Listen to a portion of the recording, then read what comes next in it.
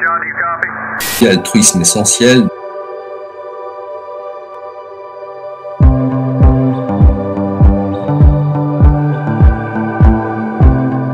Dans cette vidéo, je vais vous parler d'une chose sur laquelle j'ai enfin réussi à mettre des mots. C'est le principe fondamental de la vie et la loi fondamentale de l'univers. Comment l'univers fonctionne, sur quelle base, sur quelle valeur l'univers fonctionne. Eh bien, ma chaîne s'appelle Altruisme Essentiel. Il semblerait que ce ne soit pas par hasard, parce que la règle, le principe fondamental de l'univers est l'altruisme. Plus vous êtes altruiste, plus vous avez de pouvoir. Quand je parle de pouvoir, je parle de libre arbitre. Ça veut dire de la liberté d'action sur votre environnement, la liberté d'agir. Je vous ai déjà parlé des fréquences. Eh bien, la fréquence de l'altruisme est un pôle et ensuite il y a la fréquence de l'égoïsme qui est l'autre pôle. Entre ces deux fréquences, il y a une infinité d'autres fréquences entre l'altruisme et l'égoïsme, et plus on est altruiste, plus on a de conscience de nous-mêmes. Plus on agit pour élever les autres, plus on agit sans tenir compte de soi, mais pour les autres, plus on a conscience de qui on est, le summum étant l'altruisme total. Et l'altruisme total, c'est-à-dire ne plus être soi-même, tellement qu'on est altruiste, on donne tout et donc on n'est plus rien. L'altruisme total, c'est n'être plus rien du tout. À l'inverse, l'égoïsme, c'est lorsque ça se resserre, on a de moins en moins de libre arbitre, de moins en moins de choix, on fonctionne de plus en plus comme des robots. Et donc, les robots sont à la merci de ceux qui ont le pouvoir, qui sont altruistes. Quand je parle comme ça, je suis un petit peu... j'exagère un petit peu, parce qu'il s'agit d'un pouvoir qui n'est pas justement une prise de pouvoir, mais c'est un pouvoir avec de la conscience derrière. Et c'est ça la magie de l'altruisme, c'est que ça nous oblige à avoir un pouvoir qui est vraiment le sens noble du mot pouvoir, c'est le libre arbitre, la possibilité de faire, la possibilité d'agir, la possibilité de créer. On est donc tous entre ces deux pôles, entre l'égoïste pur et un petit peu ou beaucoup d'altruisme. Eh bien, sachez que lorsque l'on va mourir, c'est ce que moi je pense, eh bien, vous allez vous caler à l'endroit de votre altruisme. Plus vous êtes altruiste, plus vous allez monter dans des degrés, dans des sphères, dans des fréquences qui vibrent haut, et plus le monde dans lequel vous allez vivre va résonner avec votre type d'altruisme, votre niveau d'altruisme. Les gens qui sont donc très égoïstes vont vivre dans leur prochaine vie, et de toute façon ils le vivent déjà aujourd'hui. En fait, ça ne va rien changer, puisque les gens qui sont égoïstes, ils créent leur monde de densité, de peur. d'individualité, de solitude. L'égoïsme, c'est tous ces mots. Et l'altruisme, c'est l'amour avec un grand A, l'amour inconditionnel qui donne sans attendre en retour. C'est l'absence de peur, c'est la légèreté, alors que dans l'égoïsme c'est dense, l'altruisme c'est plus léger. Donc ceux qui sont plus altruistes vont aller dans des mondes plus légers et ceux qui sont égoïstes seront dans des mondes plus denses. Comme je vous l'ai déjà dit, dans le monde dans lequel on vit aujourd'hui, ces niveaux de fréquence sont déjà inclus. Les gens égoïstes sont dans des mondes plus violents, plus denses, et les gens altruistes ont tendance à être dans des relations plus légères, plus positives. Bref, le premier principe, c'est l'altruisme, c'est-à-dire faire les choses avant tout pour les autres, opposé à l'égoïsme. Le second principe, c'est appliquer cet altruisme avec discernement. C'est-à-dire, le but n'est pas de donner les choses à tout le monde et d'être altruiste, c'est pas donner n'importe quoi à n'importe qui pour être gentil. Le discernement, c'est être altruiste, mais avec de la conscience. C'est-à-dire savoir que derrière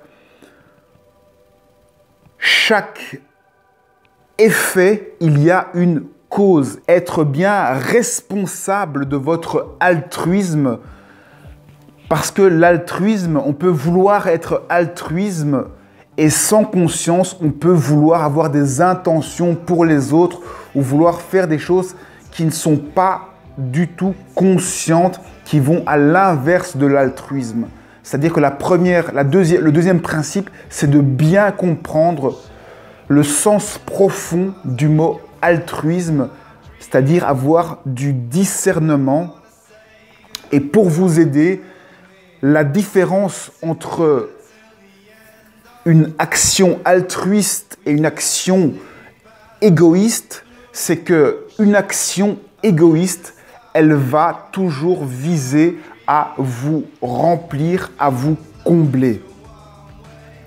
Une action altruiste, c'est une action qui est faite gratuitement, sans raison, et qui ne va pas vous remplir plus qu'avant parce que vous êtes déjà plein, vous êtes déjà éveillé, vous êtes déjà conscient que toute la terre est à vous, que vous avez le pouvoir sur toute la terre, un pouvoir sain, et vous n'avez pas besoin de combler des choses en vous.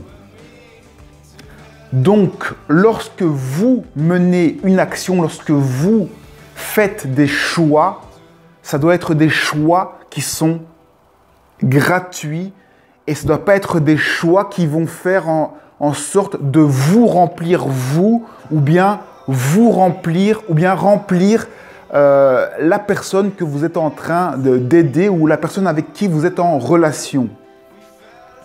Je vous conseille de regarder le film Yes Man. C'est un film où une personne prend l'engagement de dire oui à tout. Tout ce qu'on lui demande, peu importe ce que c'est, elle dit oui à tout. Ça, c'est de l'altruisme, mais sans aucun discernement. Dans le premier engagement que la personne prend dans le film, elle est obligée de faire l'amour avec une vieille personne qui lui demande si elle veut faire l'amour et il est obligé de dire oui. Donc il dit oui et il fait l'amour avec cette vieille personne qui ne lui plaît pas du tout visiblement. Et c'est là donc qu'on voit absolument le manque de discernement. Une autre scène, on voit une personne qui lui demande de l'argent et qui commence à abuser, à lui demander beaucoup d'argent. Et à chaque fois, il dit oui et lui donne tout son argent avec dépit parce que la personne manque de discernement. C'est ce qui manque peut-être dans ce film, c'est l'explication de ce discernement. Et comme je vous l'ai dit, pour discerner bien si les choses viennent de l'ego ou de l'altruisme, il faut voir si ça remplit la personne. Si une personne vous demande de l'argent juste parce qu'elle a envie d'aller fumer des cigarettes, il n'y a pas de raison de lui donner. C'est encore cet argent va nourrir de l'addiction. Il faut avoir un petit peu de conscience derrière, savoir pourquoi vous faites les choses. Si quelqu'un vous demande de faire des choses avec vous, regardez aussi si au final le but est de remplir la personne parce qu'elle ne réalise pas qu'elle est déjà pleine, ou si le but c'est d'apporter quelque chose qui va lui permettre de réaliser qu'elle est déjà bien telle qu'elle est. La conclusion est là, c'est qu'il faut dans chaque action sponsoriser, mettre votre énergie dans le fait que chacun puisse se sentir bien tel qu'il est. Le troisième principe, c'est d'être positif, de toujours tourner les choses de manière positive. Beaucoup de gens ont tendance à toujours vouloir la perfection, ils vont toujours chercher les détails qui ne vont pas. Ils vont toujours voir l'aspect négatif des choses. Ça, c'est la manifestation de la peur. L'altruisme qui est proposé dans cette loi universelle, c'est un altruisme positif. On ne parle que du positif des choses. On essaye de tourner les choses de manière positive. Ça ne veut pas dire qu'on fait un déni du négatif, mais chaque chose qu'on voit qui est négative, on la présente de la façon la plus positive possible afin de lui donner le plus de chances de rayonnement positif, afin de pouvoir lui donner le maximum de chances de changer. Lorsqu'on est en relation avec des gens, lorsqu'on parle aux gens, on va relever les aspects positifs dans la conversation et on va éviter tout ce qui est plainte, lamentation, tout ce qui est mauvaises nouvelles qui ne servent à rien, les choses qui sont négatives et qui arrivent, la mort de quelqu'un, ce sont des informations, on dit les choses avec compassion, mais on n'est pas obligé d'en rajouter. Toujours essayer de mettre le plus de positif dans tout ce que vous faites, parce que le positif, c'est des pensées, et les pensées ont une action réelle, une fréquence réelle qui agit sur la matière. Donc réellement, quand vous êtes positif, ça a une influence sur vous et votre entourage.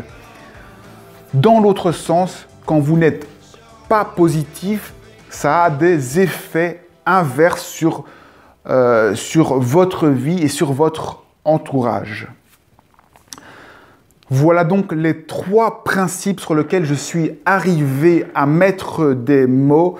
C'est pour moi des principes fondamentaux parce qu'ils sont très simples à comprendre, très simples à mettre en œuvre. Ça vous donne vraiment une vie de tous les jours où vous pouvez travailler ce sujet.